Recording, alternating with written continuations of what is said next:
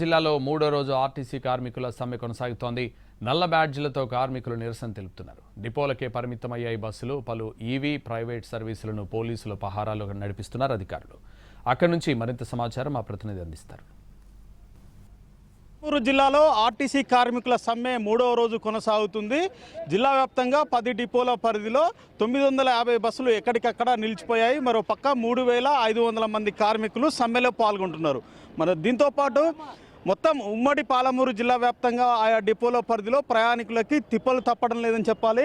ప్రైవేట్కి సంబంధించినటువంటి బస్సులు ఈవీ బస్సులని నడిపే ప్రయత్నాన్ని పోలీస్ పహారాలు ప్రభుత్వం చేస్తున్నప్పటికీ అవి సరిపడా లేకపోవడంతో ప్రయాణికులు ఇబ్బంది పడుతున్నారు. వచ్చిన ఒక బస్సు కోసము సీటు దొరుకుతుందో లేదో అని బస్సు దగ్గర క్యూ కట్టి వేచి చూస్తున్నటువంటి పరిస్థితిని మనం విజువల్స్లో స్పష్టంగా చూడవచ్చు.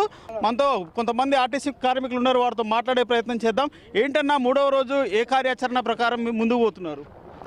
ఈరోజు ఏదైతే నిన్న రెండవ రోజు మా నర్సంపేట డిపోకి చెందిన ఆర్టీసీ ఉద్యమకారుడు ఉద్యమంలో మరి ఏదైతే ఈ సంస్థను ఈ ప్రభుత్వం ఉక్కుపాదాలతో నొక్కుతున్నదో సమ్మెను చట్టపరంగా చేసే సమ్మెను మరి కార్మికులను దినదినగండంగా మేము కోరి తెచ్చుకున్న తెలంగాణలో మరి తెలంగాణ ఉద్యమంలో పోరాటం చేసి మరి పోయిన ప్రభుత్వం ఈ ప్రభుత్వం ఏ రకంగా ఆర్టీసీ కార్మికులను వేధిస్తుందో ఇవన్నీ ఆలోచన చేసి మరి బస్టాండ్ ఆవరణలోనే ఆయన పెట్రోల్ పోసుకొని ఈ ఎండ వేడి తట్టుకోలేని పరిస్థితిలో పెట్రోల్ పోసుకొని అంటిపెట్టుకొని ఈరోజు చనిపోయినటువంటి శంకరన్న గారికి మరి ఆశ్రు నివాళులు తెలుపుతున్నాం. మామనార్ డిపో తరపు నుంచి, మామనార్ ఉమ్మడి రీజియన్ నుంచి.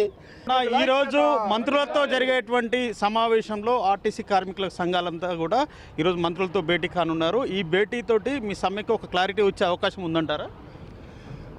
ఈరోజు సమ్మె మూడవ రోజు చేరుకున్నది. నిన్న నర్సంపేట డిపో డ్రైవరు శంకర్ గౌడ్ మరణం చాలా బాధాకరం.